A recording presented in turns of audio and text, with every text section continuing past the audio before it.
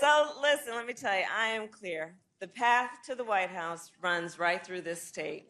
And with your help, we will win in November. We are going to win. We are going to win.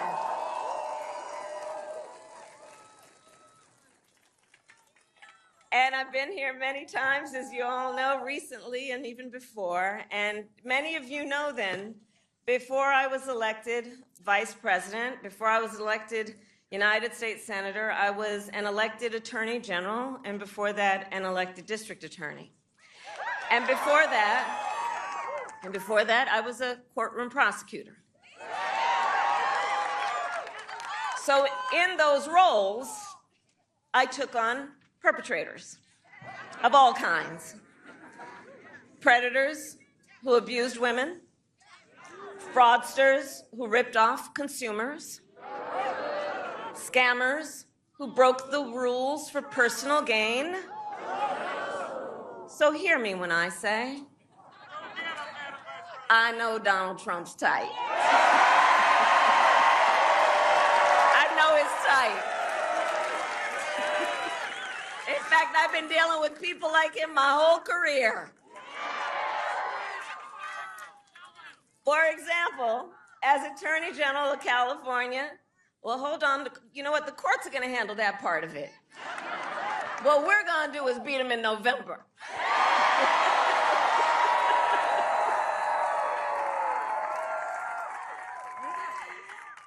So I'll tell you, as Attorney General, I took on one of our country's largest for-profit colleges that scammed students. Well, Donald Trump ran a for-profit college that scammed students. As a prosecutor, I specialized in cases of sexual abuse. Well, Donald Trump was found liable for committing sexual abuse. As Attorney General, I held the big Wall Street banks accountable for fraud. Well, Donald Trump was just found guilty of fraud. 34 counts. So in this campaign, I'll tell you, I will proudly put my record against his any day of the week.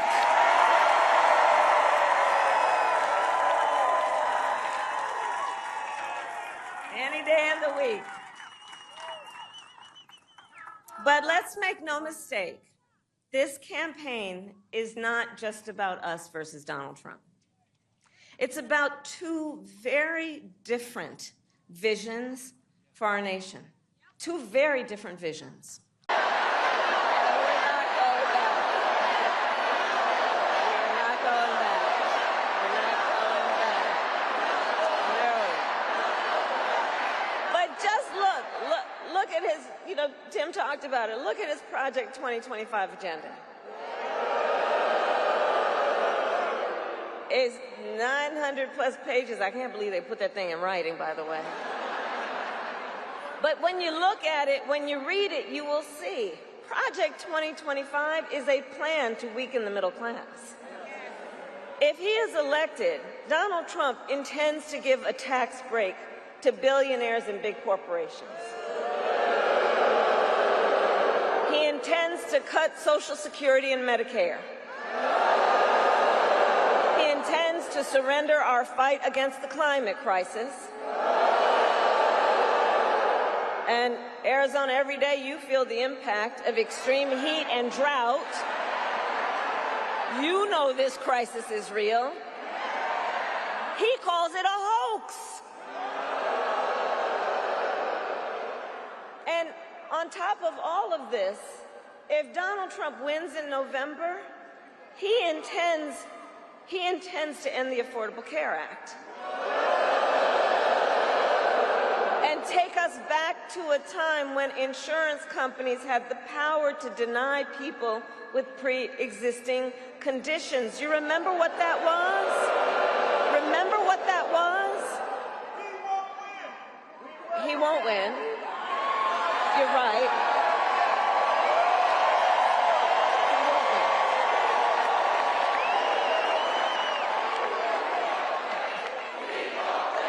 We will win.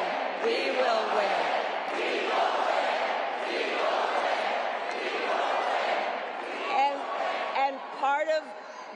why we are going to win is because we remember, and we are smart, and we know what's happening, and we're not falling for the gaslighting, and we're not falling for the okey-doke.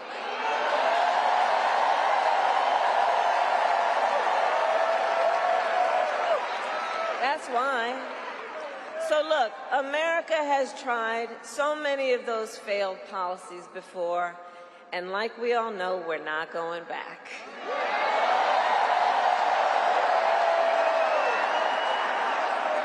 We will move forward and take on the biggest issues facing our nation. For example, the issue of immigration. So I was Attorney General of a border state. I went after the transnational gangs, the drug cartels, and human traffickers. I prosecuted them in case after case, and I won. So I know what I'm talking about. We know our immigration system is broken, and we know what it takes to fix it. Comprehensive reform that includes strong border security and an earned pathway to citizenship.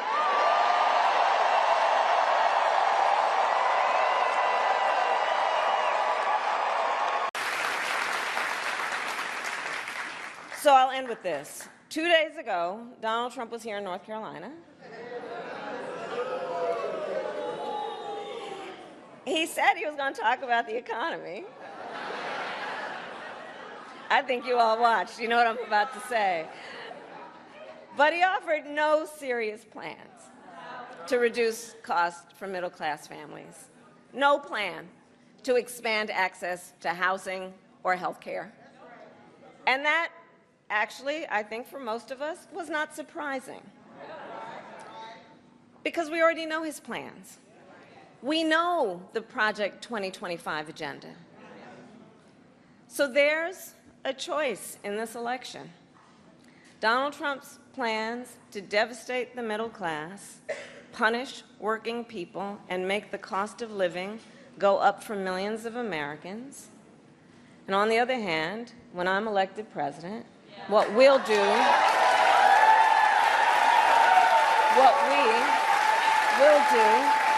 to bring down costs, increase the security and stability financially of your family, and expand opportunity for working and middle-class Americans.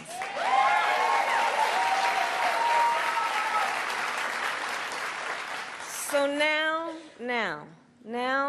is the time to chart a new way forward. Now is the time to chart a new way forward, to build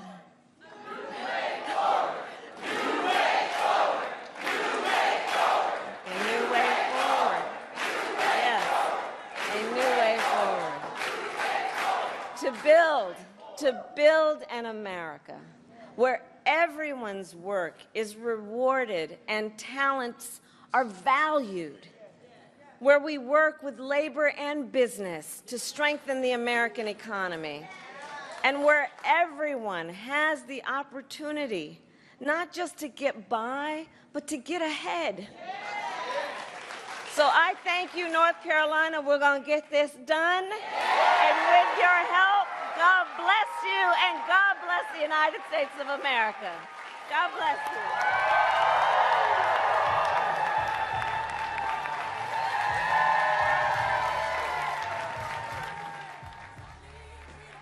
So listen, this election, I do strongly believe, is about two very different visions for our nation. One, ours, focused on the future, and the other, focused on the past. We see that contrast clearly in many ways, including when it comes to how we think about the economy. So our country has come a long way since President Biden and I took office. At that time, we sadly remember the millions of Americans that were out of work. We were facing one of the worst economic crises in modern history. And today, by virtually every measure, our economy is the strongest in the world.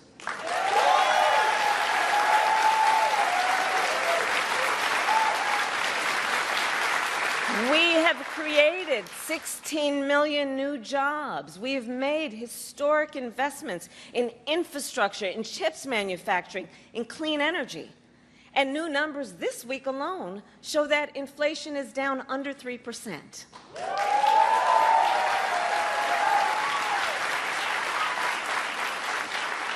And as President of the United States, it will be my intention to build on the foundation of this progress.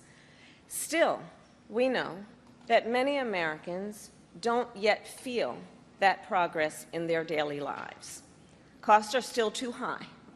And on a deeper level, for too many people, no matter how much they work, it feels so hard to just be able to get ahead. As president, I will be laser-focused on creating opportunities for the middle class that advance their economic security, stability, and dignity. Together, we will build what I call an opportunity economy. An opportunity economy. An economy where everyone can compete and have a real chance to succeed. Everyone, regardless of who they are or where they start, has an opportunity to build wealth for themselves and their children, and where we remove the barriers to opportunity so anyone who wants to start a business or advance their career can access the tools and the resources that are necessary to do so.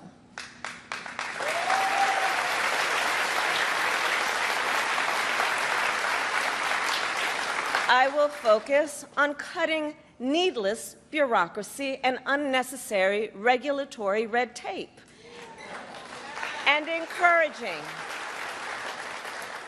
encouraging innovative technologies while protecting consumers, and creating a stable business environment with consistent and transparent rules of the road. As president, I will bring together labor with small businesses and major companies to invest in America, to create good jobs, achieve broad-based growth, and ensure that America continues to define the future and lead the world.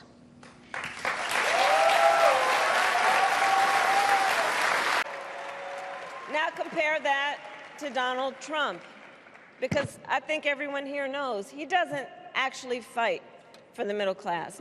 He doesn't actually fight for the middle class. Instead, he fights for himself and his billionaire friends. And he will give them another round of tax breaks that will add up to $5 trillion to the national debt. And all the while, he intends to enact what in effect is a national sales tax, call it a Trump tax, that would raise prices on middle-class families by almost $4,000 a year. Well, instead of a Trump tax hike, we will pass a middle-class tax cut that will benefit more than 100 million Americans.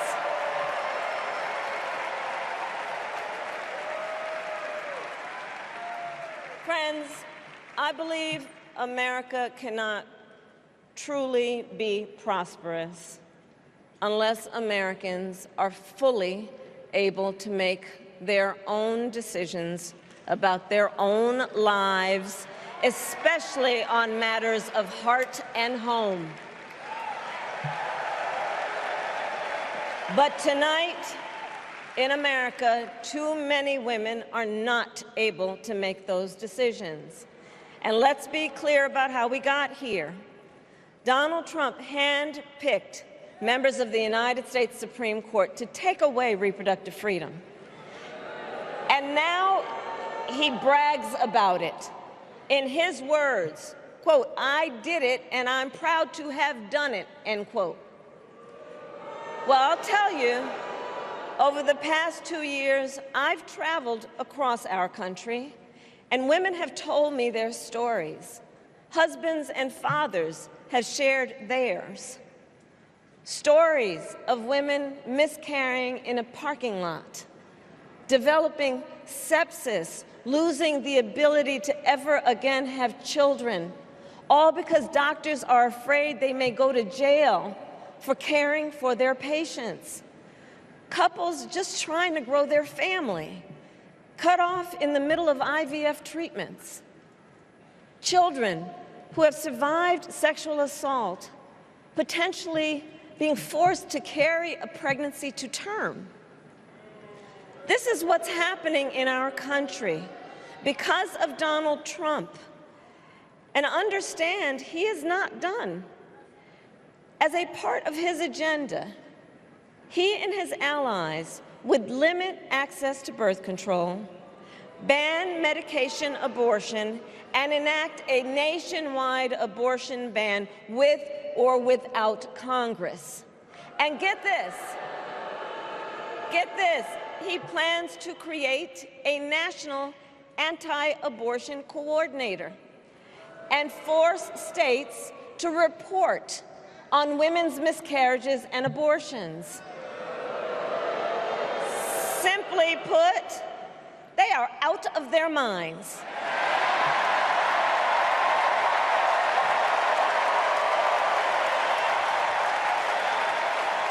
And one must ask, why exactly is it that they don't trust women? Well, we trust women. We trust women. And when Congress passes a bill to restore reproductive freedom, as President of the United States, I will proudly sign it into law.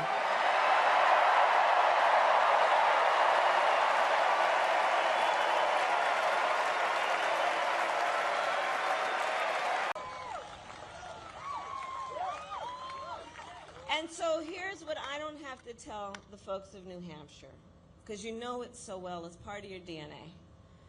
Generations of Americans before us, they fought for freedom and they led the fight for freedom in our country. And now, the baton is in our hands. The baton is in our hands. So let us understand, which we do, our purpose at this very moment. Let us remember the broad shoulders upon which we stand and the traditions of this very fight that have led to what we have been able to accomplish. And let us understand then that when we say fight, it is a fight for something, not against something. It is for something. That's what we're talking about when we talk about a new way forward. This is for something. And so, as an example, let us finally pass the John Lewis Voting Rights Act and the Freedom to Vote Act. Let us finally pass an assault weapons ban and universal background checks and red flag laws. Because we are clear on that point, it is a false choice to say you're either in favor of the Second Amendment or you want to take everyone's guns away. I'm in favor of the Second Amendment, and I know we need reasonable gun safety laws in our country.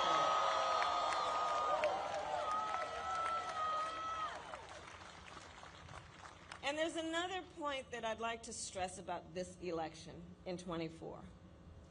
This is not 2016 or 2020. The stakes are even higher this time for a number of reasons, but I'm going to mention one in particular. What the Supreme Court recently did when they basically just told the former president that going forward, he will effectively be immune no matter what he does in the White House. But let's take this seriously and understand what it means. Before, at least, there might have been the threat that there would be consequence and accountability. With that ruling, what this means is that almost explicitly he has been told no consequence. And imagine, just imagine Donald Trump with no guardrails. Just imagine, with no guardrails. He has openly vowed to be a dictator on day one. He has said he would end the independence of the Department of Justice, the United States Department of Justice, so he could have the unchecked power to seek vengeance against people who disagree with him. He even called for, I'm going to quote now, the termination of the Constitution of the United States of America. Let us be very clear. Someone who suggests we should terminate the Constitution of the United States of America should never again stand behind the seal of the President of the United States. Never again.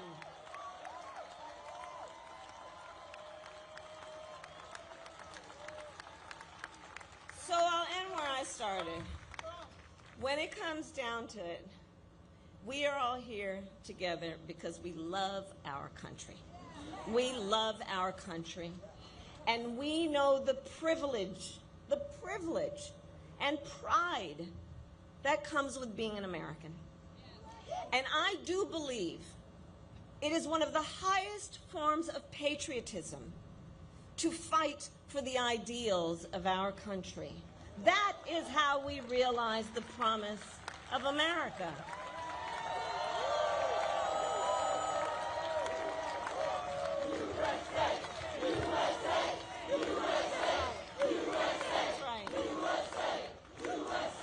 And so with that being said, I ask New Hampshire, are you ready to have your voices heard? Do we believe in freedom? Do we believe in opportunity? Do we believe in the promise of America? And are we ready to fight for it? And when we fight, we win. God bless you, and God bless the United States of America. God bless you. So, Pennsylvania, 3 days ago, Donald Trump and I had our debate. You watched it.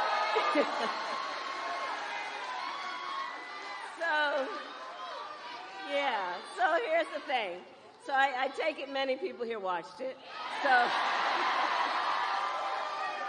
So you'll remember that night I talked about issues that matter to families across America, like bringing down the cost of living, investing in America's small businesses, protecting reproductive freedom,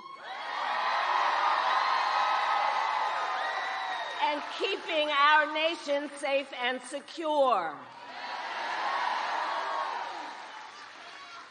But that is not what we heard from Donald Trump. Instead, it was the same old show, the same tired playbook we've heard for years, with no plan on how he would address the needs of the American people. Well, folks, it's time to turn the page. Turn the page.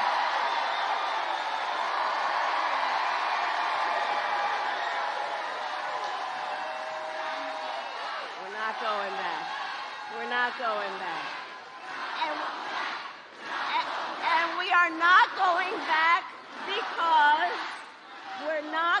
back because America is ready for a new way forward.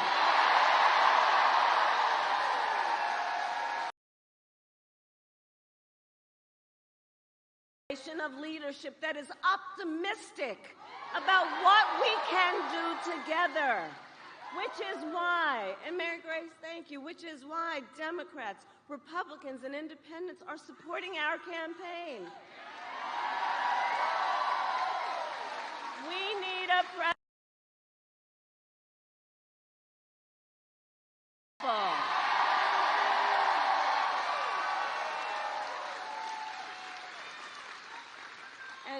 that just stops with all the trying to divide us. Like, people are exhausted with that stuff. So I know where I come from. And we have to always put, and I know CHC agrees with this, and this is part of our collective life's work. We have to put the middle class first. We have to put working families first, understanding their dreams and their desires and their ambitions deserve to be invested in, and it will benefit everyone.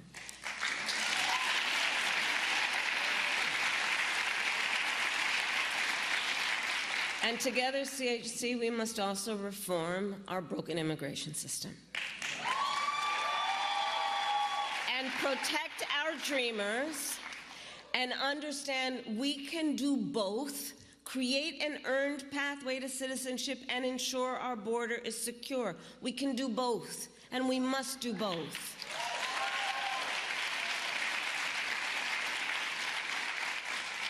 And while we fight to move our nation forward to a brighter future, Donald Trump and his extremist allies will keep trying to pull us backward. We all remember what they did to tear families apart. And now they have pledged to carry out the largest deportation, a mass deportation, in American history. Imagine what that would look like and what that would be. How's that going to happen? Massive raids? Massive detention camps? What are they talking about?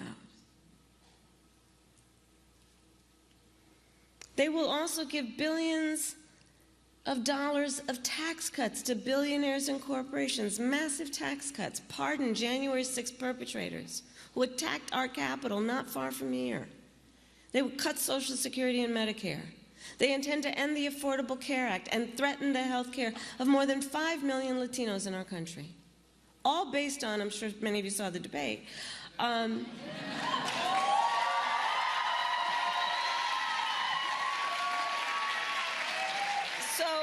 that point about the Affordable Care Act, all based on concepts of a plan.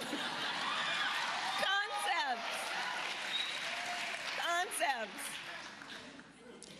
Their Project 2025 agenda would pull our nation backward. But we are not going back. We are not going back. We are not going back. Instead, together, we will chart a new way forward, because ours is a fight for the future. And it is a fight for freedom.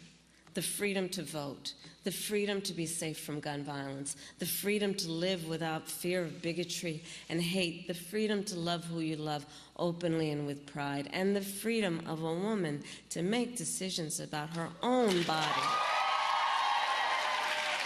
and not have her government telling her what to do.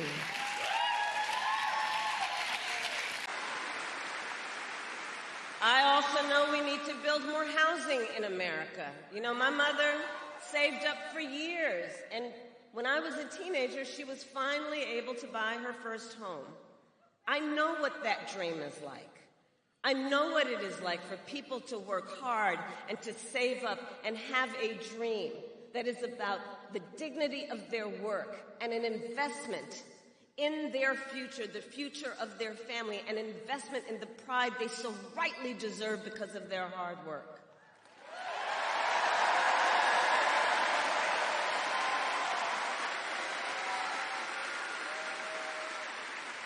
But right now on the affordable housing issue, look, we have a shortage of housing in America, and it's contributing to driving up prices. So with my plan, we are going to cut red tape and work with the private sector to build 3 million new homes by the end of my first term.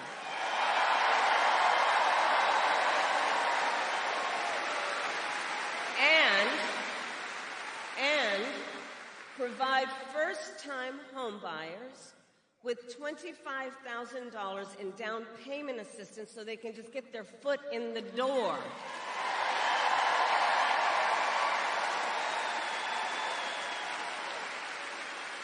Because unlike my opponent, who was basically handed $400 million on a silver platter and then filed bankruptcy 6 times,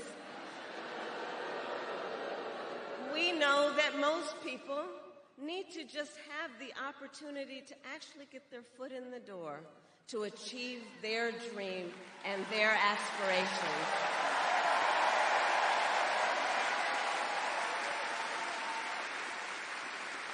We also need to lower the cost of living because while our economy is doing well by many measures, prices for everyday necessities like groceries are still too high.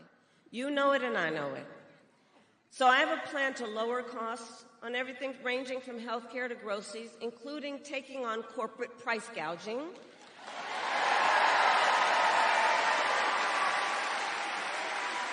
And my plan includes giving a tax cut to 100 million Americans, including $6,000, by expanding the child tax credit for the first year of a child's life to help young and new parents buy a car seat, a crib, baby clothes, in that most significant phase of their development. And all of this is to say, I will always put the middle class and working families first. I come from the middle class, and I have never forgotten where I come from. And I never will. And I never will. Every day, millions of Americans are sitting around their own kitchen tables and facing their own financial pressures. Because over the past several decades, our economy has grown better and better for those at the very top and increasingly difficult for those trying to attain, build, and hold on to a middle-class life. In many ways, this is what this election is all about. The American people face a choice between two fundamentally very different paths for our economy. I intend to chart a new way forward and grow America's middle class. Donald Trump intends to take America backward to the failed policies of the past. He has no intention to grow our middle class. He's only interested in making life better for himself and people like himself, the wealthiest of Americans. You can see it spelled out in his economic agenda. An agenda that gives trillions of dollars in tax cuts to billionaires and the biggest corporations, while raising taxes on the middle class by almost $4,000 a year, slashing overtime pay, throwing tens of millions of Americans off of health care, and cutting Social Security and Medicare. In sum, his agenda would weaken the economy and hurt working people and the middle class. You see, for Donald Trump, our economy works best if it works for those who own the big skyscrapers, not those who actually build them, not those who wire them, not those who mop the floors,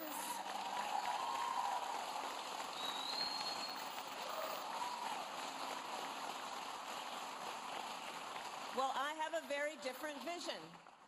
I have a very different vision for our economy. I believe we need to grow our middle class and make sure our economy works for everyone, for people like the people in the neighborhood where I grew up and the hardworking Americans I meet every day across our nation. So I call my vision the opportunity economy. And it's about making sure everyone can find a job and more, and more. Because frankly, having a job, I believe, in our ambition and aspiration should be baseline. And we should aspire and have the ambition and plan to do more. I want Americans and families to be able to not just get by, but be able to get ahead.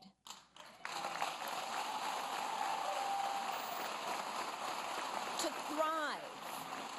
Be able to thrive. I don't want you to have to worry about making your monthly rent if your car breaks down. I want you to be able to save up for your child's education, to take a nice vacation from time to time. I want you to be able to buy Christmas presents for your loved ones without feeling anxious when you're looking at your bank statement. I want you to be able to build some wealth, not just for yourself, but also for your children and your grandchildren, intergenerational wealth.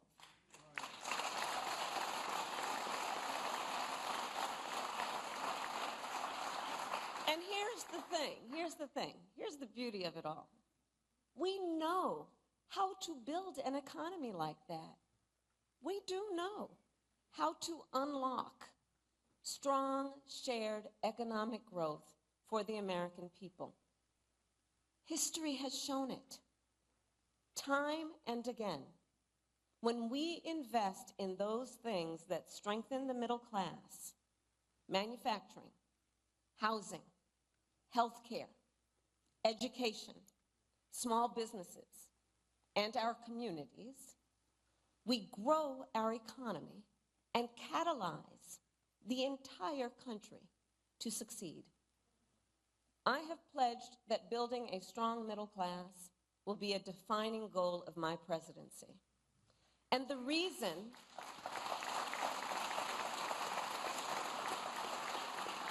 but let me tell you, the reason is not about politics and it's not about ideology. From my perspective, it's just common sense. It's just common sense. As you said, we may not see eye to eye on every issue, and we are going to get back to a healthy two-party system, I am sure of that, where we will have vigorous debates.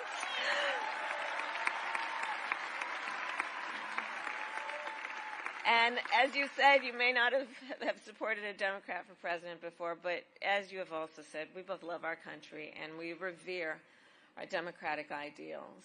And we both also believe in the nobility of public service.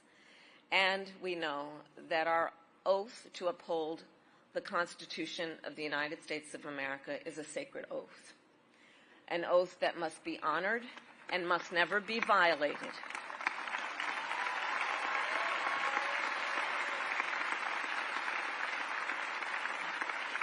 And your words today and the reason we are all here today, I think really do underscore perhaps one of the most fundamental questions that is facing the American people in this election. Who will obey that oath? Who will abide by the oath to preserve, protect, and defend the Constitution of the United States of America? I have had the privilege. Thank you. Thank you. Thank you. Thank you. Thank you. Thank you. And I have sworn an oath to uphold the Constitution 6 times in my career, including as Vice President, as a United States Senator, and as the top law enforcement officer of the largest state in our country. Responsible for upholding and enforcing the laws of the state and the laws of the United States was the work I did. And I have never wavered in upholding that oath. And I have always executed it faithfully and without reservation.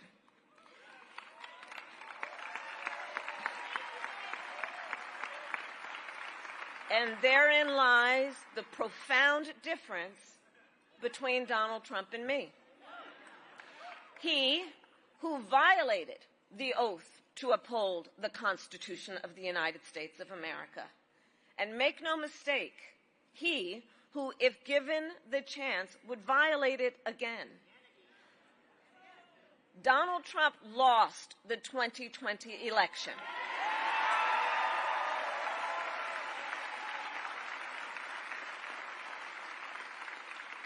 And as you have heard and know, he refused to accept the will of the people and the results of an election that was free and fair.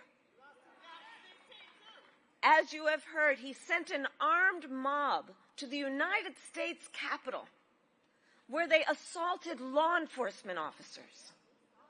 He threatened the life of his own vice president and refused to engage in the peaceful transfer of power. And let us be clear about how he intends to use power if elected again. He has called for jailing journalists, political opponents, anyone he sees and deems as being an enemy. He has pledged to destroy the independence of the Department of Justice.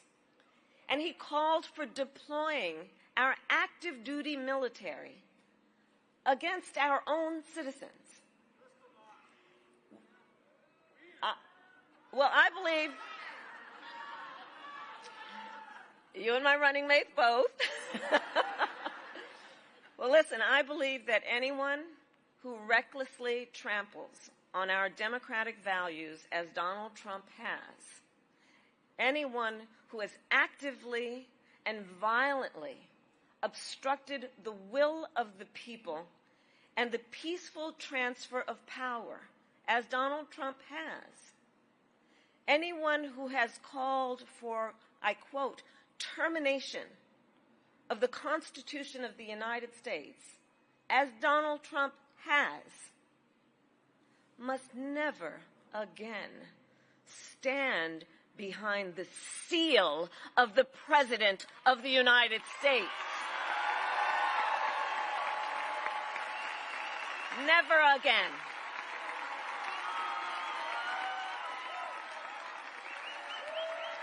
Never again.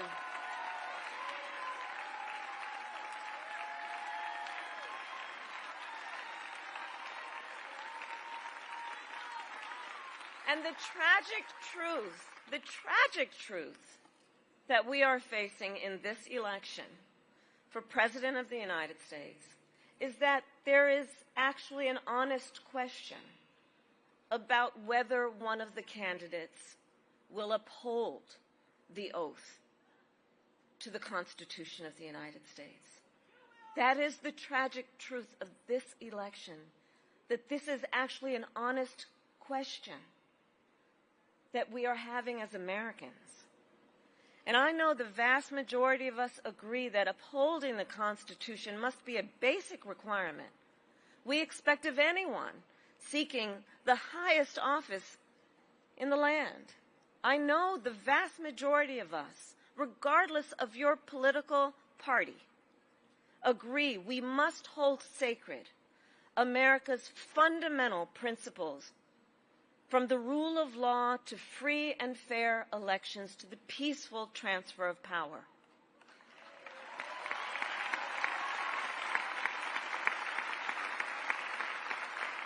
And if you share that view, no matter your political party, there is a place for you with us and in this campaign, because those principles, I know, unite us.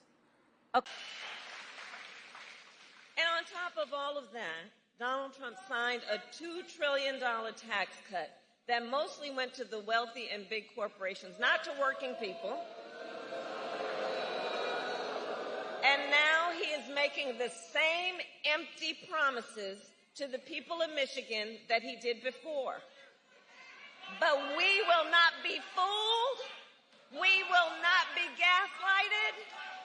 Donald Trump's track record is a disaster for working people.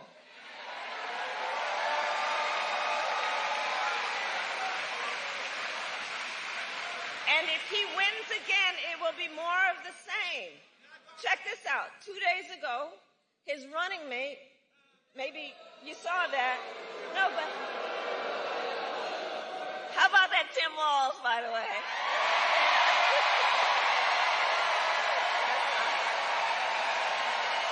That's right. So 2 days ago, Donald Trump's running mate suggested that if Trump wins, he might let the Grand River Assembly plant in Lansing close down. The same plant that our administration helped save earlier this year, along with 650 union jobs.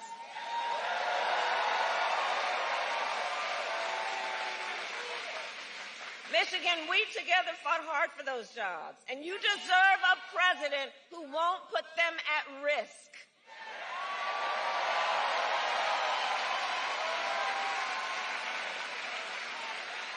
And for anybody watching, if you want to learn more about Donald Trump's plans, just Google Project 2025. It is a detailed and dangerous blueprint for what he will do if he is elected president. Donald Trump will give billionaires and corporations massive tax cuts, attack unions, cut Social Security and Medicare, and impose a Trump sales tax, a 20% tax on everyday basic necessities, which will cost the average family nearly $4,000 a year. And all of this is to say, I will always put middle-class families first. I come from the middle class.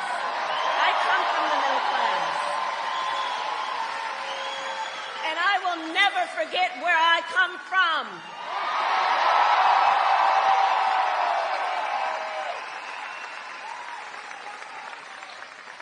Now, Donald Trump has a different plan. Just Google Project 2025. And I continue to say, I can't believe they put that in writing. They published it, they bound it, and they handed it out. They're out of their minds. And it is a detailed, dangerous blueprint for what he will do if he is elected president again. Donald Trump will give billionaires and corporations massive tax cuts. Cut Social Security and Medicare is what he would do. And impose what I call a Trump sales tax, a 20% tax on everyday goods and necessities, which will cost, the economists have said, the average American family nearly $4,000 more a year. On top of this, Donald Trump intends to end the Affordable Care Act. Now, Arizona, I was a member of the United States Senate during that time, when he was president and kept trying to get rid of the Affordable Care Act. And I'm going to tell you about one particular night, which has a direct connection to all of you. So that one night, it was late in the night. They were trying to get rid of the Affordable Care Act again, and it required one more vote to keep it intact. And that vote was the late, great John McCain.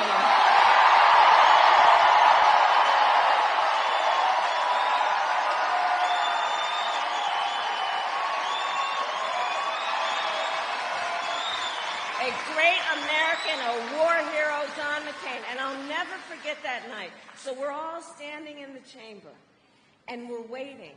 And then, in the Senate chamber, there are these big wooden doors. And it was like out of a movie. The wooden doors broke open. And John McCain came walking into the well of the United States Senate and said, "No, you don't. No, you don't. No, you don't."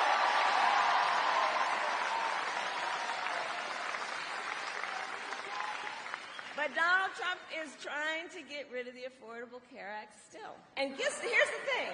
He has no plan to replace it. Oh, you watched the debate. You watched the debate. So remember, he's got, quote, concepts of a plan. Concepts. Okay, so let's think about that. I've said, because it's true, he is an unserious man. And the consequences of him ever being president again are brutally serious. Because think about this, concept of a plan. So he's basically going to threaten the health insurance of 45 million Americans based on a concept. And take us back then to what? To the time when insurance companies had the power to deny people with pre-existing conditions? Well,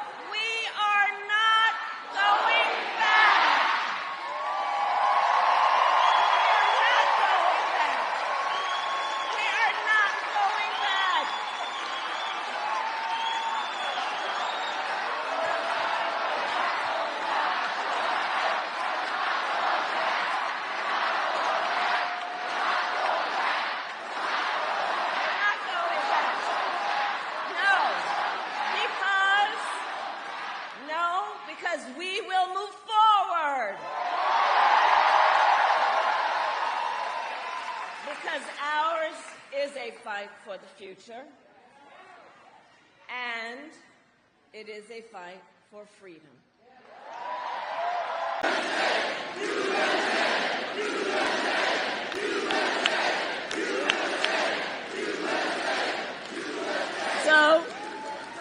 So I just outlined for you a little bit about my plan. Now let's talk about Donald Trump. Well, he has a very different plan. Take, for example, Project 2025. Just Google it. It is a detailed and dangerous plan for what he will do if he is elected president. You know, y'all probably heard me say, Donald Trump, I think in our collective opinion, certainly mine, is an unserious man. But the consequences of him ever being president again are brutally serious. Brutally serious. So on Project 2025 in his plan, Donald Trump will give billionaires and corporations massive tax cuts like he's done before, cut Social Security and Medicare. The plan on that end is to get rid of the $35 cap on insulin for seniors, to make it easier for companies to deny overtime pay for workers. You got to read the plan. I mean, the fact they put it in writing is a whole other thing to be discussed. And he plans to impose what I call a Trump sales tax, a 20% tax on everyday necessities, which economists have measured will cost the average American family more than $4,000 a year. And on top of all of this, Donald Trump intends to get rid of the Affordable Care Act. And he has no plan to replace it. You guys watched the debate. Right. He has, quote, concepts of a plan. Concepts. But seriously, think about it in all seriousness. He's going to then threaten health insurance coverage for 45 million people based on a concept? The seriousness of this cannot be overlooked. Think about that, taking us back to a time we all remember when insurance companies could deny people with pre-existing conditions. You remember what that was? Well, we are not going back. We are not going back.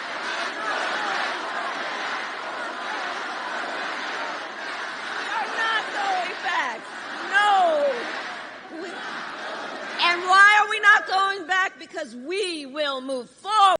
Listen, across our nation, we are witnessing a full-on assault on other and additional hard-fought, hard-won freedoms and rights, like the freedom to vote. You see what's happening around our country. Attacks on the freedom to join a union. Attacks on the freedom to just be safe from gun violence. Attacks on the freedom to love who you love openly and with pride.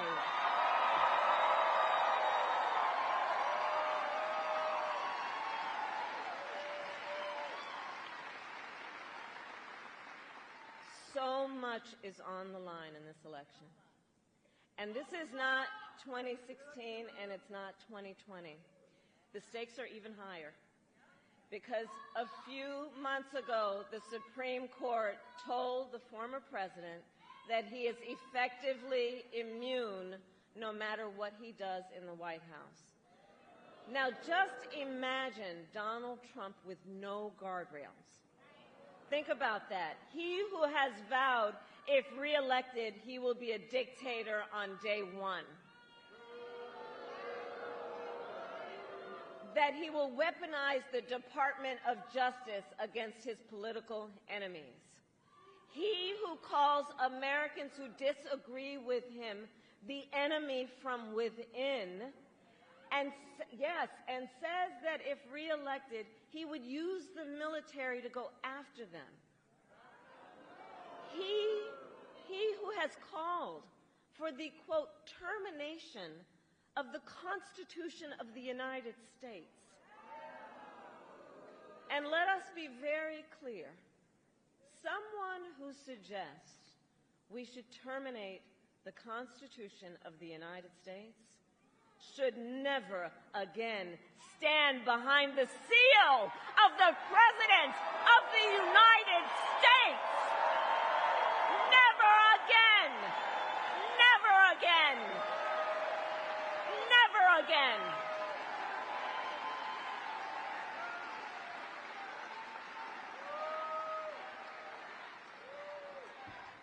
So, Wisconsin, it comes down to this. I know we are all here together because we know what is at stake. And we are here together because we love our country. We love our country.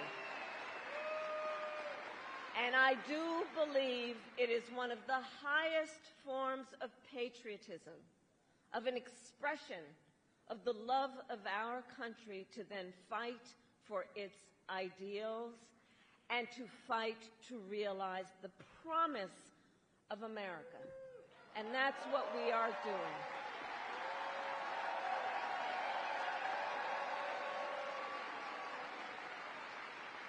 So Election Day is in 19 days.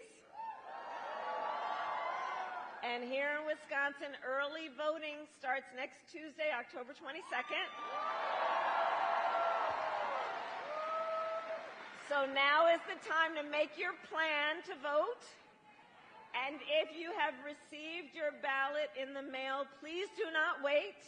Fill it out and return it today. And remember, Wisconsin has same-day voter registration. So if, right? So if you are not registered to vote, you can register when you vote on Election Day or early. Because, folks, the election is here.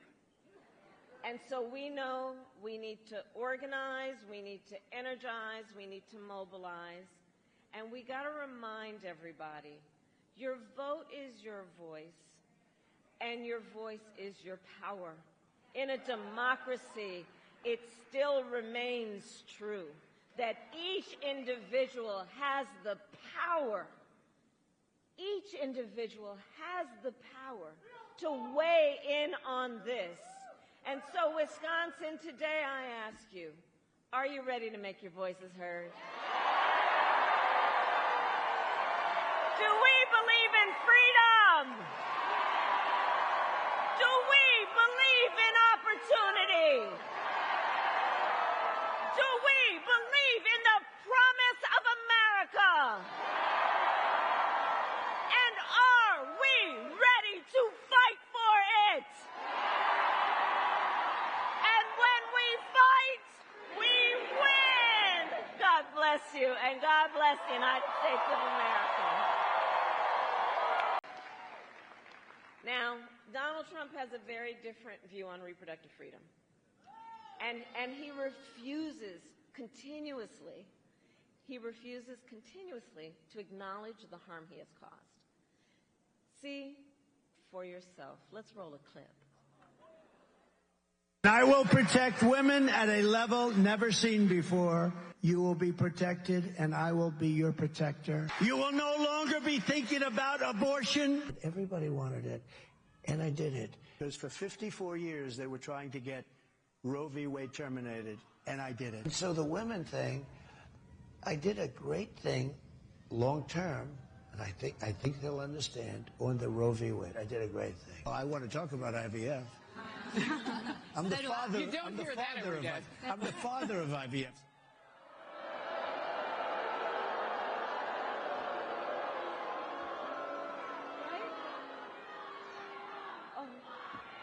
Okay. The courts will take care of that. Let's take care of November. We'll take care of November.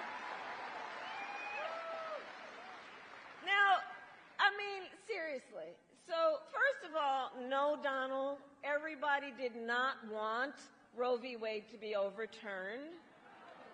Women are dying of sepsis because they cannot get the health care they need. They did not want this. Couples just trying to grow their family are being cut off in the middle of IVF treatments. They did not want this. And now, I mean, it just gets more unbelievable sometimes. And now the man calls himself the father of IVF. I mean, what does that even mean? And all of that, well, he is the one who, by the way, is responsible for it being at risk in the first place. And what is sadly interesting, I think, is that when you listen to Donald Trump talk, it becomes increasingly clear, I think, he has no idea what he's talking about when it comes to the health care of women in America.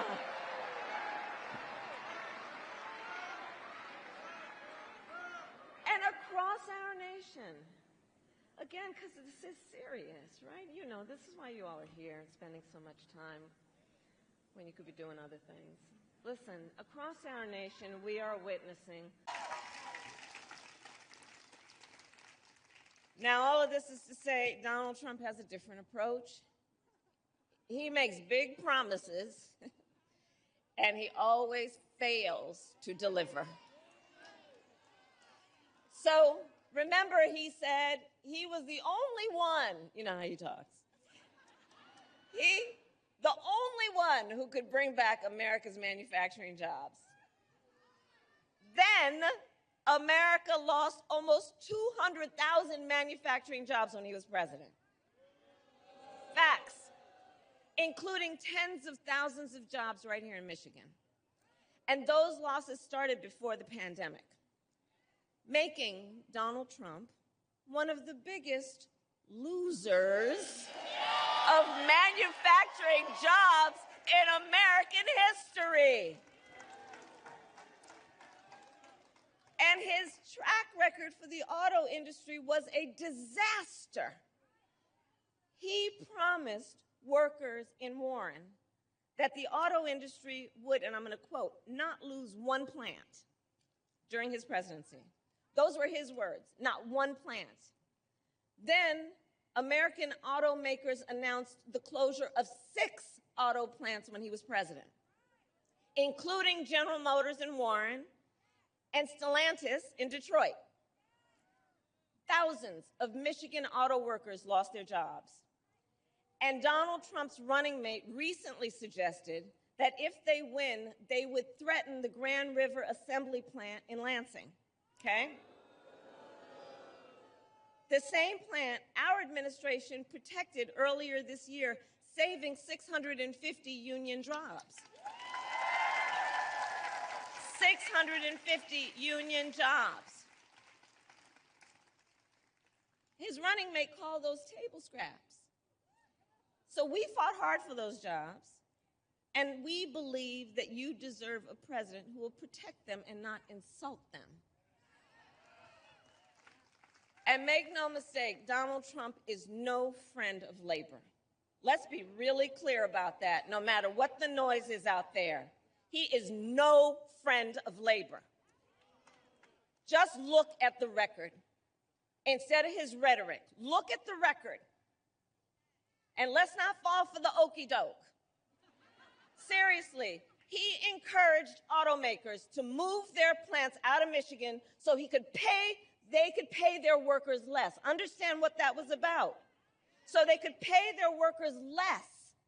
And when the UAW went on strike to demand the higher wages they deserved, Donald Trump went to a non-union shop and attacked the UAW. And he said, striking and collective bargaining don't make, quote, a damn bit of sense. A damn bit of difference is what he said exactly. That it doesn't make a, quote, pardon my language, a damn bit of difference is what he said. All right, brother. So Michigan, you know better. Strong unions mean higher wages, better health care, and greater dignity for union members and for everyone, whether or not you are part of a union. Get that straight. Get that straight. Which is why when I am president, I will sign the PRO Act into law and make it easier for workers to join a union and negotiate for better pay and working conditions.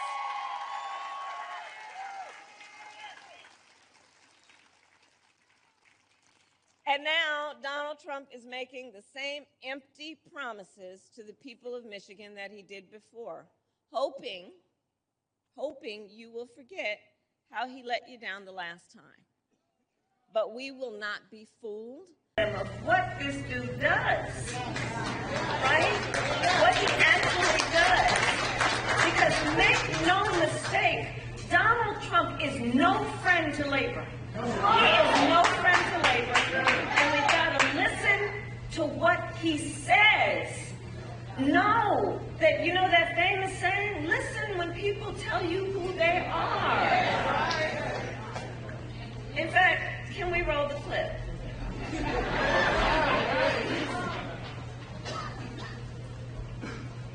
Let's see. Here we go. I used to hate to pay overtime. When I was in the private sectors, they say, oh, I don't want over, you know, I shouldn't tell you this. I'd go out and get other people and let them work regular time. But they build everything in Germany, and then they assemble it here. They get away with murder because they say, oh, yes, we're building guys. They don't build guys. They take them out of a box and they assemble them. We could have our child. They go on strike and you say, that's okay, you're all gone. You're all gone. The United Auto Workers ought to be ashamed for allowing this to happen. And the leader of the United Auto Workers should be fired immediately.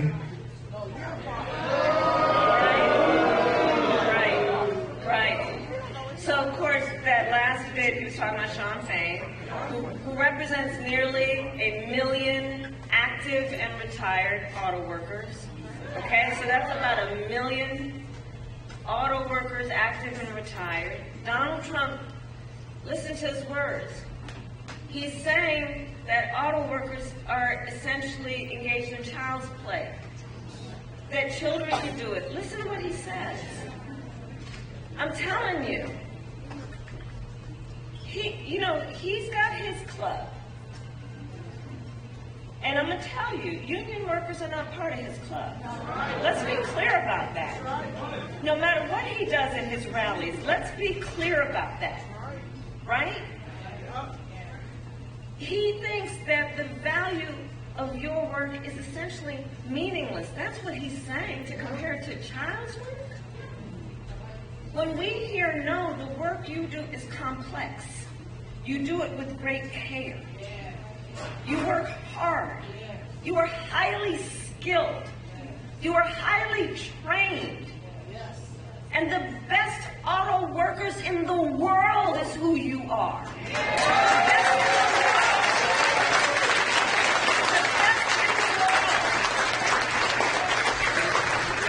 And the fact is, Donald Trump's comments are the truth of someone who has had everything handed to him.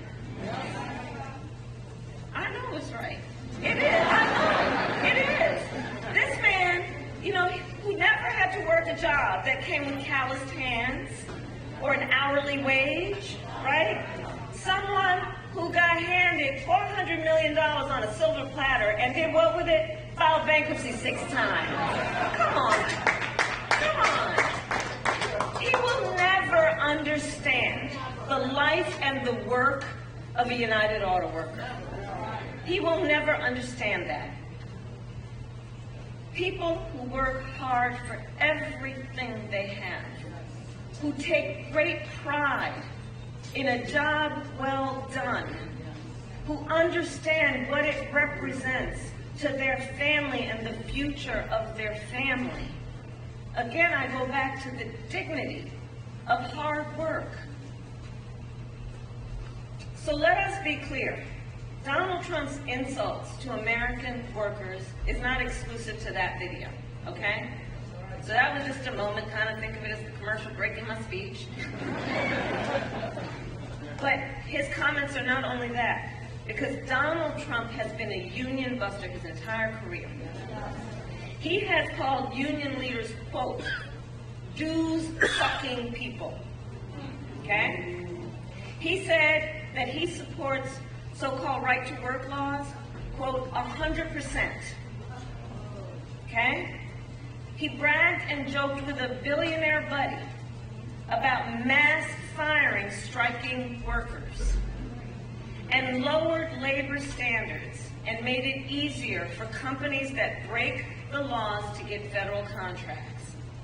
Donald Trump encouraged automakers of Michigan so they could pay their workers less, encouraged them to move so they could pay their workers less, okay? And when the UAW went on strike to demand the higher wages you deserve, Donald Trump went to a non-union shop and attacked the UAW. He said striking and collective bargaining don't make, and I'm going to quote, a damn bit of difference.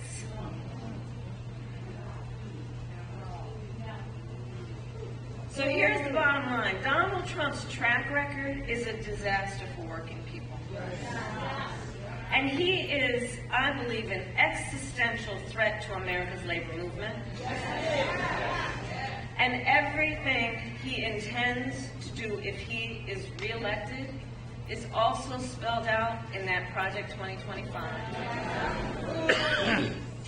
So to read it and to know it is to know he intends to launch a full-on attack on unions and the freedom to organize, okay? He will ban public sector unions, roll back workplace safety protections. Read it when you have some time, Google it, everybody's watching. Look, he will make it easier for companies to deny overtime pay for workers and appoint a union buster to run the Department of Labor. Be sure of that. Be sure of that. So to all the friends here, I say what you already know. It's time to turn the page. Hi guys. Hey. We're back in Michigan, and it's good to be back. And again, we have a situation where the former president is insulting the people of the state. This time saying that auto workers, that their important and good and highly skilled work could be performed by a child, which is just further evidence that Donald Trump comes from a place where he really does not appreciate or understand how most people in our country work very hard for all that they have, and that there is great dignity in their work. In addition, I've been hearing reports that his team at least is saying he's suffering from exhaustion. And that's apparently the excuse for why he's not doing interviews. And of course, he's not doing the CNN town hall. He refuses to do another debate. And, look, being president of the United States is probably one of the hardest jobs in the world. And so we really do need to ask if he's exhausted being on the campaign trail. Is he fit to do the job? And I think that's a question that is an open-ended question that he needs to answer. Thank you all. There's a lot of, you're in a state where there's a lot of opposition to you from pro-Palestinian voters. In light of the recent news this week in the Middle East, is your message to them change? What's your message to them in the final few weeks? Well, my message remains, first of all, we have got to end this war. And I think that what has happened now with the killing of Sinwar creates an opportunity for us to end this war and bring the hostages home. And I think everyone wants this war to end, and this is an opportunity to actually get it. Ma'am, President Trump has been very critical. Why sort of the race still remains incredibly tight? I know you've been out campaigning. What's your sort of thesis of the case for why it remains so tight? Look, it's an election for President of the United States. It's not supposed to be a cakewalk for anyone. There are very important issues at play, and I am clear, and I think the people that you hear right now in the background are clear, that Donald Trump is unfit for the office, he is unstable, and he frankly is a danger to our democracy, as has been described by his former Chief of Staff, Secretaries of Defense, National Security Advisor, and former Vice President. Caitlin, go ahead. The former president has been critical of you not attending the Al Smith dinner last night. As you were talking about him being exhausted, do you think that that's one reason why he chose to go to New York City rather than come out here on the campaign trail? Well, I'm beyond getting into the head of Donald Trump, but I will say that it should be a concern if he can't handle the rigors of the campaign trail. Is he fit to do the job? I think it's a legitimate question. Madam Vice President. Thank you. We have 17 days left.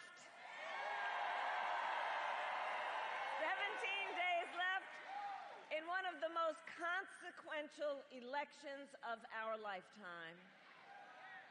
And look, let's have some real talk. It's going to be a tight race until the very end. And we are the underdog, and we are running as the underdog. But make no mistake, we will win. We will win.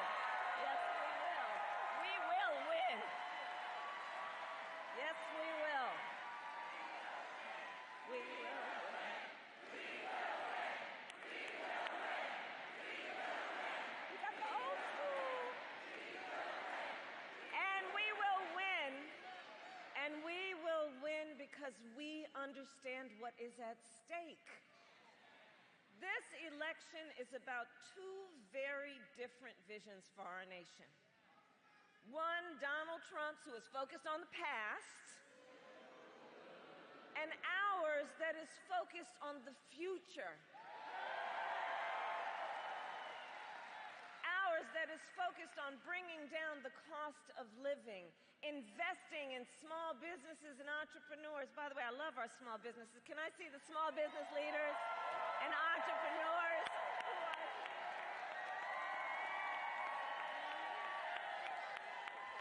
I'm telling you, our small businesses are the backbone of America's economy. I thank you all. And we are here because we are committed to protecting reproductive freedom.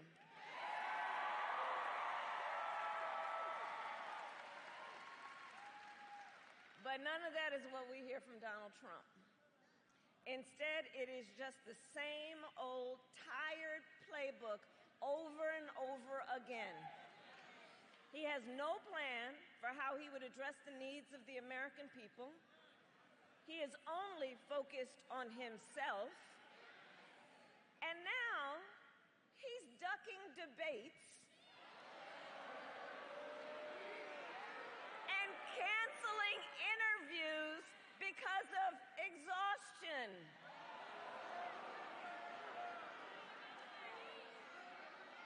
And when he does answer a question or speak at a rally, have you noticed he tends to go off script and ramble?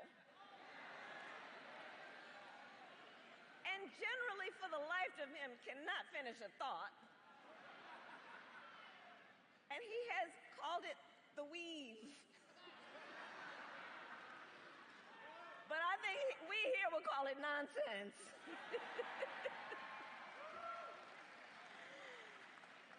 So, folks, for these reasons and more, it is time to turn the page. It's time to turn the page. And America is ready to chart a new way forward. Well, let me start by saying I'm really very proud to announce that we've had some endorsements this morning as we've been rolling out endorsements, but two leaders in the Republican Party, the mayor of Waukesha, and then, of course, former Representative Fred Upton. And this continues to be, I think, evidence of the fact that people who have been leaders in our country, regardless of their political party, understand what's at stake. And they are weighing in, courageously in many cases, in support of what we need to have, which is a President of the United States who understands the obligation to uphold the Constitution of the United States and our democracy.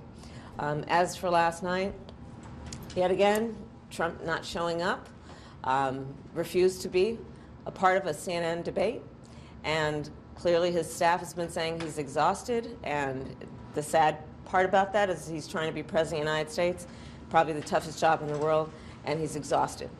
I said last night what I mean, which is the American people are being presented with a very serious decision. And it includes what we must understand will happen starting on January 20th in this choice. Either you have the choice of a Donald Trump who will sit in the Oval Office, stewing, plotting revenge, retribution, writing out his enemies list, or what I will be doing, which is responding to folks like the folks last night with a to-do list, understanding the need to work on lifting up the American people, whether it be through the issue of grocery prices and bringing them down, or investing in our economy, investing in our small businesses, investing in our families. Happy to take an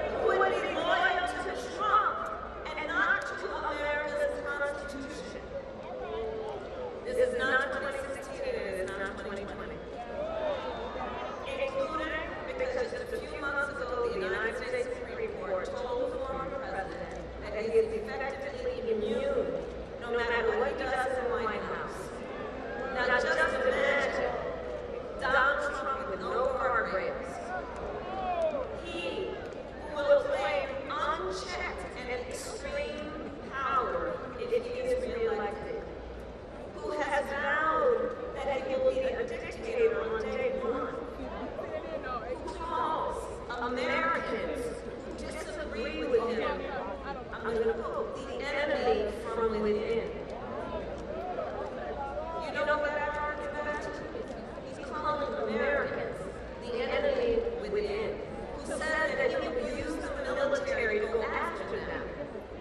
And he has called for the, quote, termination of the Constitution of the United States. Let us be very clear.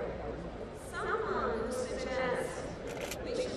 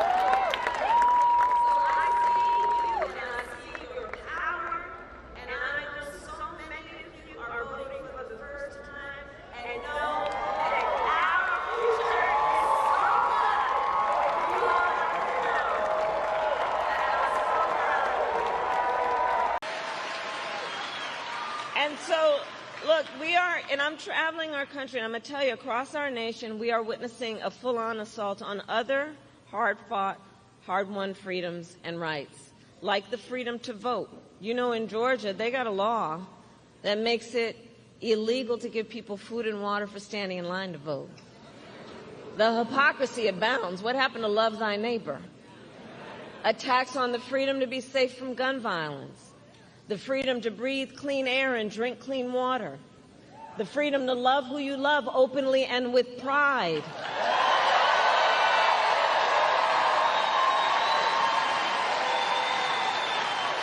All of these things are at stake. And generations of Americans before us led the fight for freedom, and now the baton is in our hands. Now the baton is in our hands.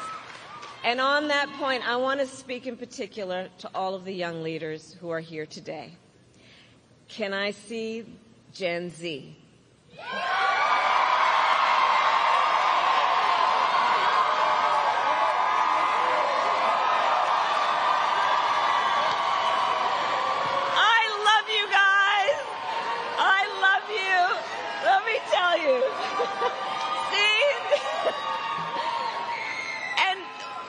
Many things that I just think are so great about you.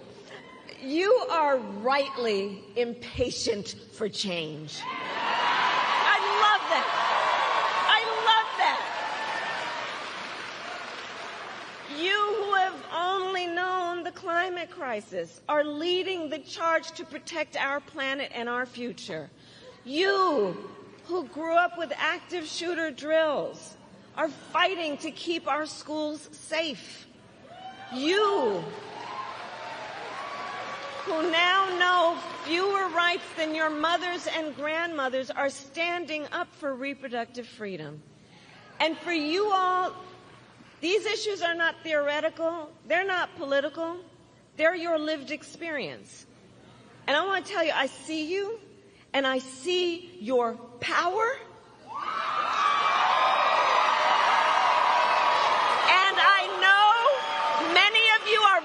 For the first time, who's voting for the first time? Can we hear it for our young leaders and first-time voters?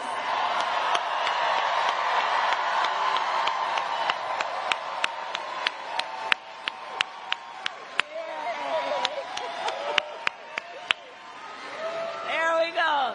That's what this is about, right? That's why we're all here together. It's about our future.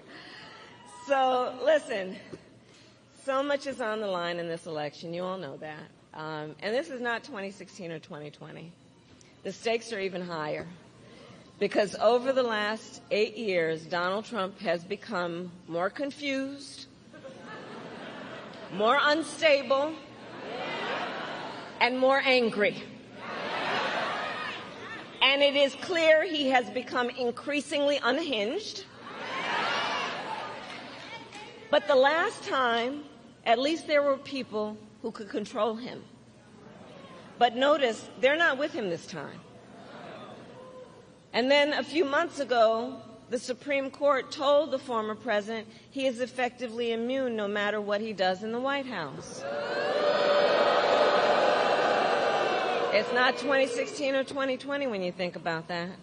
Because just imagine Donald Trump with no guardrails. He who will claim unchecked and extreme power if he is reelected. He who has vowed he will be a dictator on day one. He who has said he wished he had generals like Hitler's. Who calls Americans who disagree with him the enemy from within. You know what that harkens back to? And he says he would use the American military to go after them. Donald Trump has even called for the, quote, termination of the Constitution of the United States of America. And let us be very clear.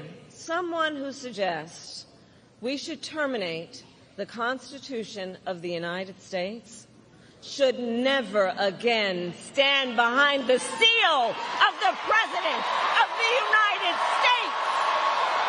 Never again. Never again. Never again.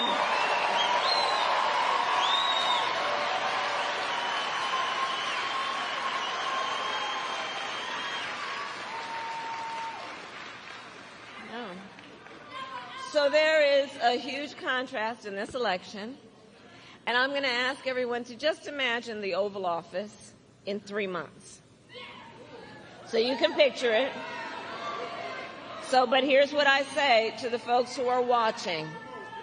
It's either Donald Trump in there stewing over his enemies list, or me working for you, checking off my to-do list.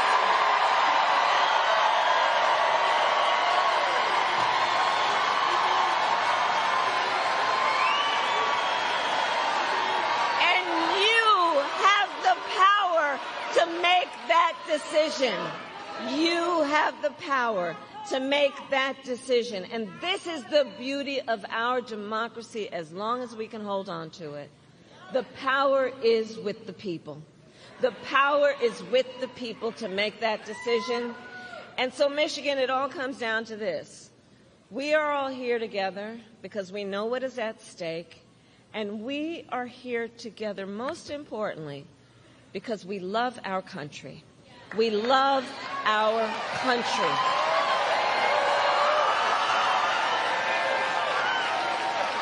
We love our country.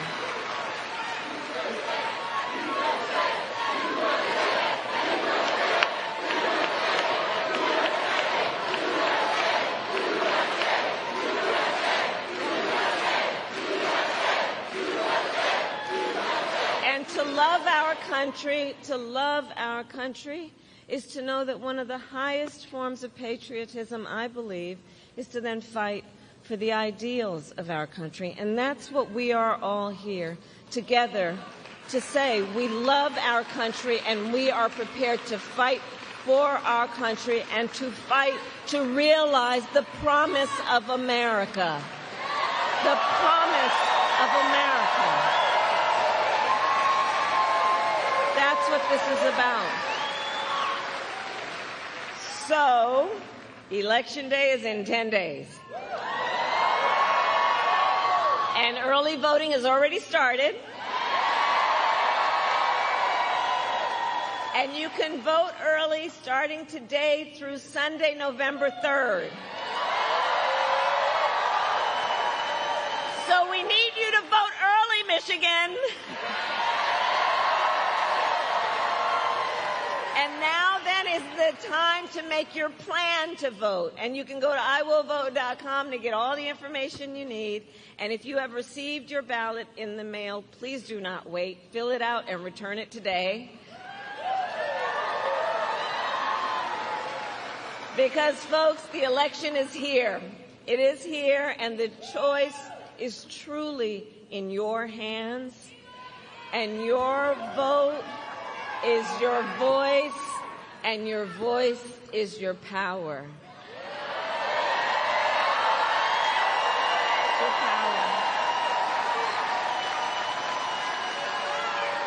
So,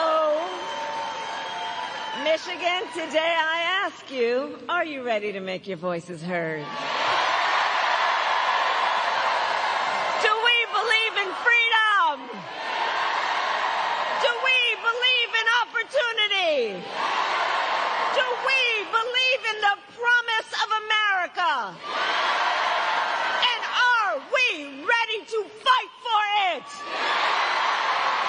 And when we fight, we win. God bless you, and God bless the United States of America. And I'm traveling our nation, so I have to tell everyone here, across our nation, we are seeing a full-on assault on other and additional hard-fought, hard-won freedoms and rights, like the freedom to vote. I was just in Georgia. You know they passed a law that makes it illegal to give people food and water for standing in line to vote? The hypocrisy abounds. Whatever happened to love thy neighbor, right? attacks on the freedom to be safe from gun violence, the freedom to breathe clean air and drink clean water, the freedom to love who you love openly and with pride.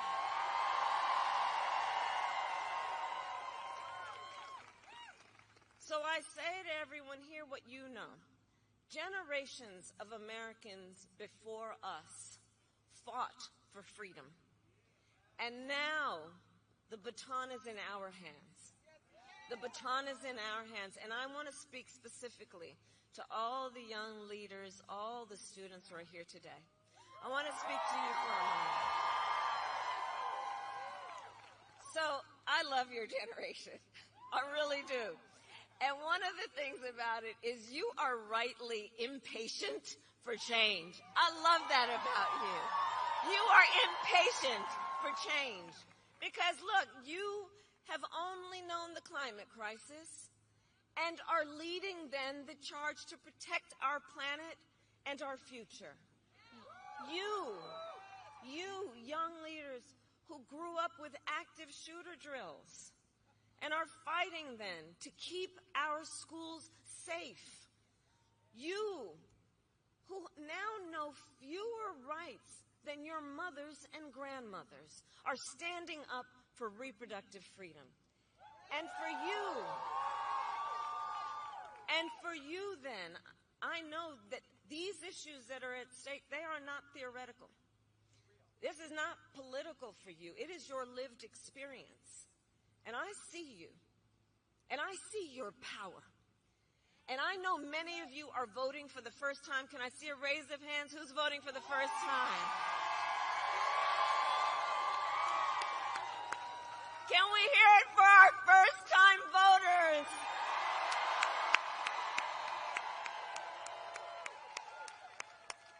See, that's why I know the future of our country is bright. That's why I know. So listen, so much is on the line in this election, and this is not 2016 or 2020. We can all see that Donald Trump is even more unstable and more unhinged, and now he wants unchecked power. And this time, there will be no one there to stop him. Not even the Supreme Court, which months ago told the former president that he is essentially immune no matter what he would do in the White House. So think about it. Before, at least there was the threat, the possibility that there would be some accountability and consequence.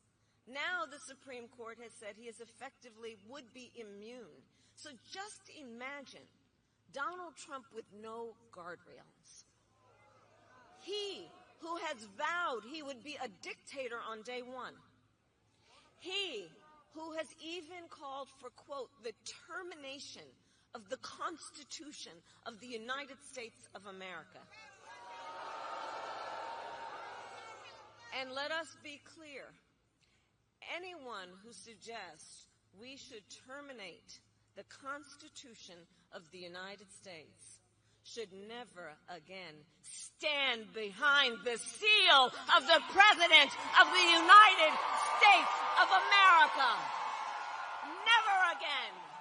Never again. Never again.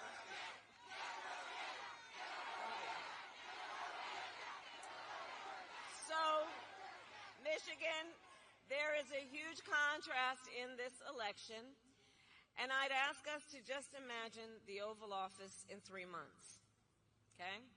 So just picture it in your head. So either it's Donald Trump sitting in there, stewing over his enemies list, or me, with your help, working for you, checking off my to-do list. And it is a fight for freedom. Freedom. Like the fundamental freedom of a woman to make decisions about her own body and not have her government tell her what to do.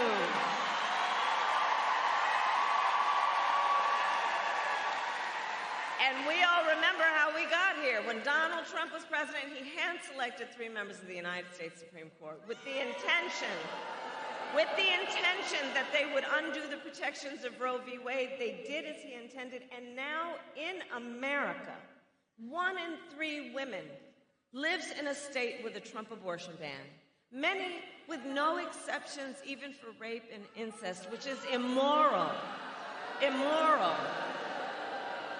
And look, Donald Trump's not done. He would ban abortion nationwide. Yes, even here in Wisconsin. And he would restrict access to birth control, put IVF treatments at risk, and force states, listen to this, force states to monitor women's pregnancies. Just Google Project 2025. Read the plans yourself. And I know we all here know one does not have to abandon their faith or deeply held beliefs to agree. The government shouldn't be telling her what to do with her body. Not the government. Not the government.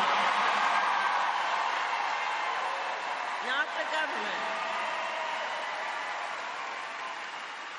And when Congress, together with Tammy's help, when Congress passes a bill to restore reproductive freedom nationwide, as President of the United States, I will proudly sign it into law.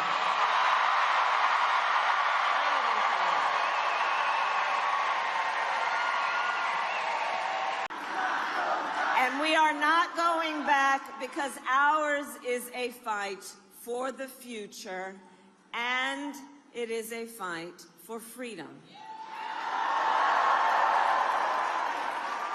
Like the fundamental freedom of a woman to make decisions about her own body and not have her government tell her what to do.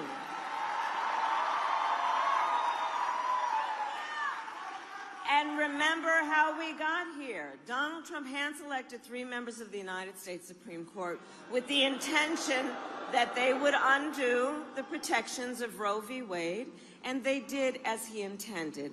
And now, in America, 1 in 3 women lives in a state with a Trump abortion ban, many with no exceptions, even for rape and incest, which is immoral. And Donald Trump's not done. Did everyone hear what he just said yesterday? That he will do what he wants, quote, and here's where I'm going to quote, whether the women like it or not.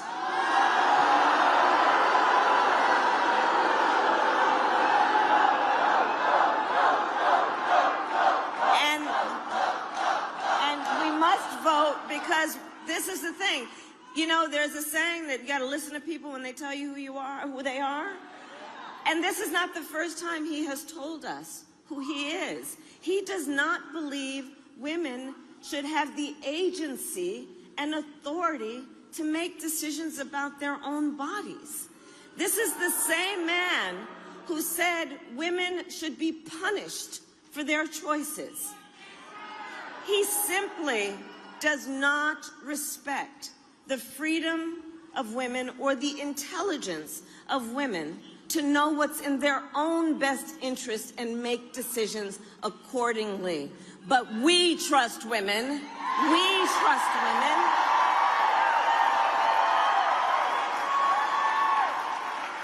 Which is why, yes, we will vote, because we also understand if he was elected, he has been pretty clear in his behavior and his deeds. He will ban abortion nationwide.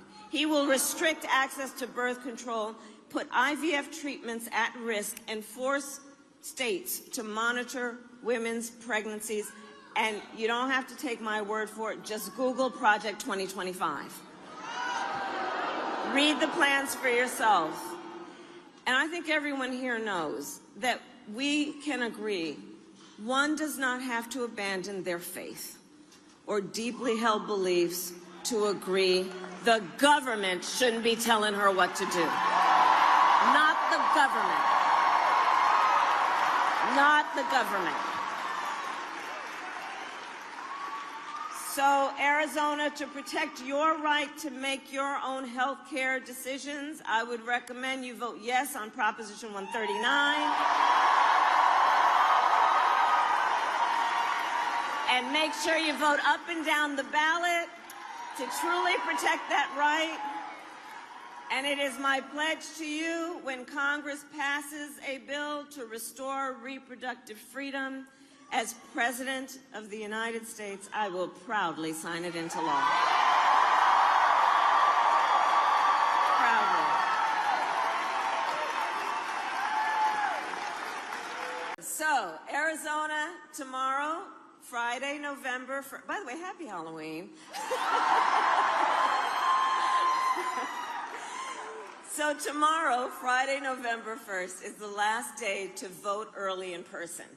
And if you are voting by mail and still have your ballot, please take it to any drop box in your county or any voting location by 7 p.m. on Tuesday, November 5th. And you can go to iwillvote.com to get all the information you need. And to all the leaders here, please help spread the word on that. Okay? And we need you to vote, Arizona, because we have 5 days left. 5 days left in one of the most consequential elections of our lifetime. And we have work to do. But we like hard work. Hard work is good work. Hard work is joyful work. And make no mistake, we will win. We will win. We will win. We will win. And we will win because we know that it's very clear to all of us here, when you know what you stand for, you know what to fight for. And we love our country. And we love our country. And we know in this election, we have an opportunity to turn the page on a decade of Donald Trump trying to keep us divided and afraid of each other. We're done with that. We're exhausted with that. And we know that's who he is. But Phoenix, that is not who we are. That is not who we are. And it is time for a new generation of leadership in America. And I am ready to offer that leadership as the next President of the United States.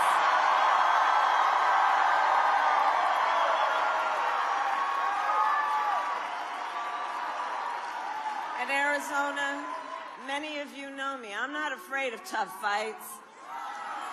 For decades, I was a prosecutor. I was the top law enforcement officer of the biggest state in our country, and I have won fights. I won fights against the big banks that ripped off homeowners, against for-profit colleges that scammed veterans and students, against predators who abused women and children. And we are fighting for democracy.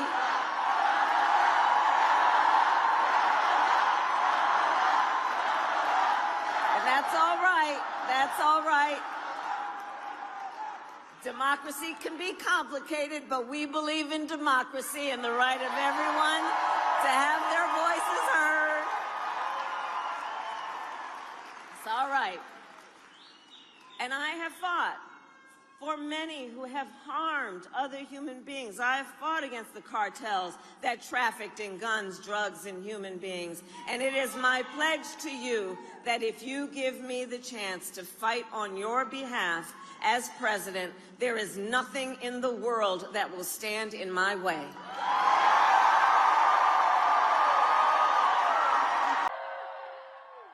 All right, so Nevada tomorrow, Friday, November 1st, is the last day to vote early in person. And Nevada, if you are voting by mail, please do not wait. Sign the envelope and return your ballot as soon as possible. Your ballot must be returned to a drop box or postmarked by Election Day next Tuesday, November 5th. Go to iwillvote.com, and to all the leaders here, please help get the word out. And we need you to vote Nevada, because we have just 5 days left in one of the most consequential elections of our lifetime. And we have work to do. But we like hard work. Hard work is good work. Hard work is joyful work. And make no mistake, we will win. We will win. We will win. We will win. We will win. We will win. We will win. We will win. And we will win. We will win, because here's what I believe. When you know what you stand for, you know what to fight for. And we all know we have an opportunity in this election to turn the page on a decade of Donald Trump trying to keep us divided and afraid of each other. We're done with that. We're done. We're exhausted with it. And we know that is who he is. That is who he is. But Las Vegas, that is not who we are. That is not who we are. And it is time for a new generation of leadership in America. And I am ready to offer that leadership as the next President of the United States.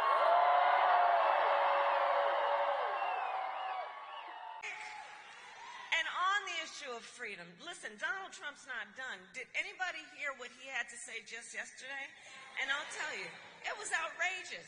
So he said, on the issue of freedom of choice, reproductive freedom, he said that he will do what he wants because, quote, this is his perspective, he will do it whether the women like it or not. Whether the women like it or not. Can you imagine? And this is not the first time he has told us. He does not believe women should have authority or agency over their own bodies. This is the same person who said that women should be punished for their choices. And what we know is we know what we are seeing. This is someone who simply does not respect the freedom of women or the intelligence of women to make decisions about their own lives. And we know that what he has planned includes a national abortion ban, restricting access to birth control, putting IVF treatments at risk, and forcing states to monitor women's pregnancies. You don't have to take my word for it. Google Project 2025. Read the plans for yourselves. And I know we all know that one does not have to abandon their faith or reasonably held beliefs to agree that the government should not be telling her what to do with her body.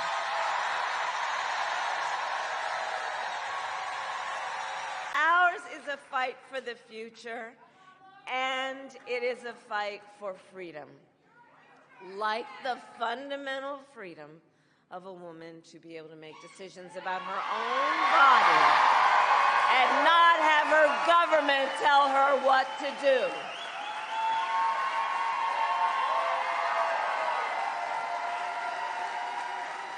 And we remember how we got here. Donald Trump, when he was president, hand-selected 3 members of the United States Supreme Court with the intention that they would undo the protections of Roe v. Wade. They did as he intended, and now over 20 states have a Trump abortion ban. Imagine, in America today, 1 in 3 women lives in a state with a Trump abortion ban. Many with no exceptions, even for rape and incest, which is immoral. And Donald Trump's not done. He would ban abortion nationwide, yes, even here in Wisconsin were that to happen. And he would restrict access to birth control, put IVF treatments at risk, and force states, get this, to monitor women's pregnancies. Just Google Project 2025, which I still can't believe they put in writing. And let us agree, one does not have to abandon their faith or deeply held beliefs to agree the government shouldn't be telling her what to do. Not the government. Not the government. Not the government.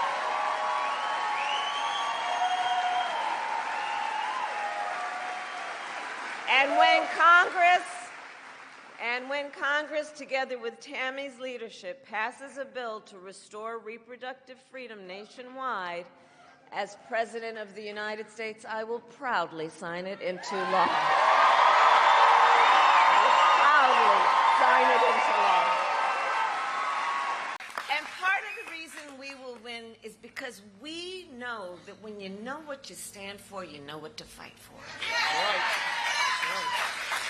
And we have an opportunity in this election to turn the page on a decade of Donald Trump, who has spent full time trying to have the American people point fingers at each other, full time trying to divide us, have people be afraid of each other. And folks are exhausted with this stuff. And we know that's who he is. That's not who we are. That's not who we are. And nobody understands better than a union member that as Americans, we all rise or fall together. Here in Janesville and across our nation, union members have helped lead the fight for fair pay, better benefits, safer working conditions. And every person in America benefits from your work. I tell people everywhere I go, thank a union member. Thank a union member. Because you may not be a member of a union, but thank a union member if you got a 5-day work week. Thank a union member for your sick leave. Thank a union member for your paid vacation leave. Thank a union member for paid family leave, because it is union members that work and put blood, sweat, and tears into raising the conditions of the American worker, wherever they work. But look, Donald Trump has a very different view of it all. Independent economists have said his plans would bankrupt Social Security in the next 6 years. And we know a lot of folks are out there, their Social Security check is the only thing that they've got. He called for raising the retirement age to 70. He intends to cut Social Security and Medicare. And remember, he said he was the only one, you know how he talks, he said he was the only one who could bring back America's manufacturing jobs. And then America lost nearly 200,000 manufacturing jobs when he was president, including thousands of jobs right here in Wisconsin. And facts be clear, those losses started before the pandemic, okay? Making Donald Trump one of the biggest losers of manufacturing jobs in America's history.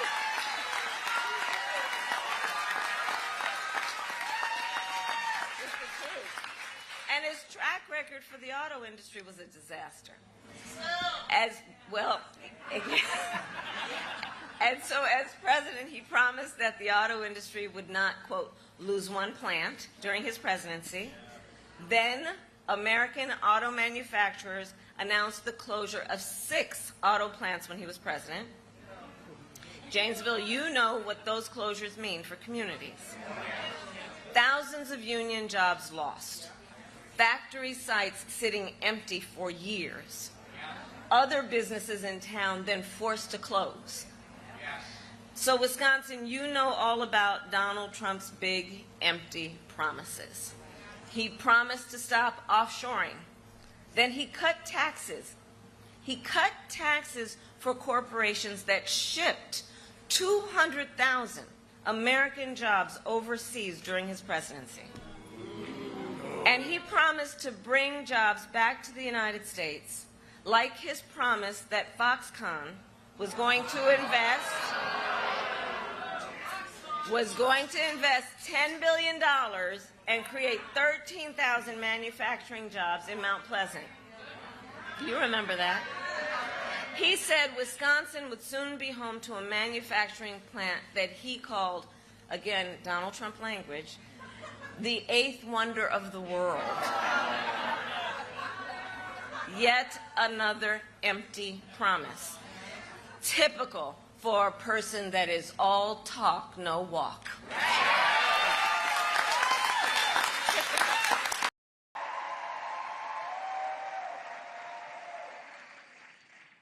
And then you got Donald Trump, who... And his answer to the financial pressures you face is the same as it was the last time. Another $1 trillion in tax cuts for billionaires and the biggest corporations. And this time he will pay for it with a 20% national sales tax on everything you buy that is imported. Clothes, foods, toys, cell phones. A Trump sales tax that would cost the average American family, the economists have measured it, more than $4,000 more a year. And on top of that, Donald Trump is still trying and still wants to get rid of the Affordable Care Act, which would throw millions of Americans off their health insurance and take us back to when insurance companies could deny people with pre-existing conditions. You remember what that was like? Well, we are not going back. We are not going back. We're not going back. We're not going back. No. Because just like Wisconsin's motto tells us, we will move forward. Yes, we will. I love Wisconsin.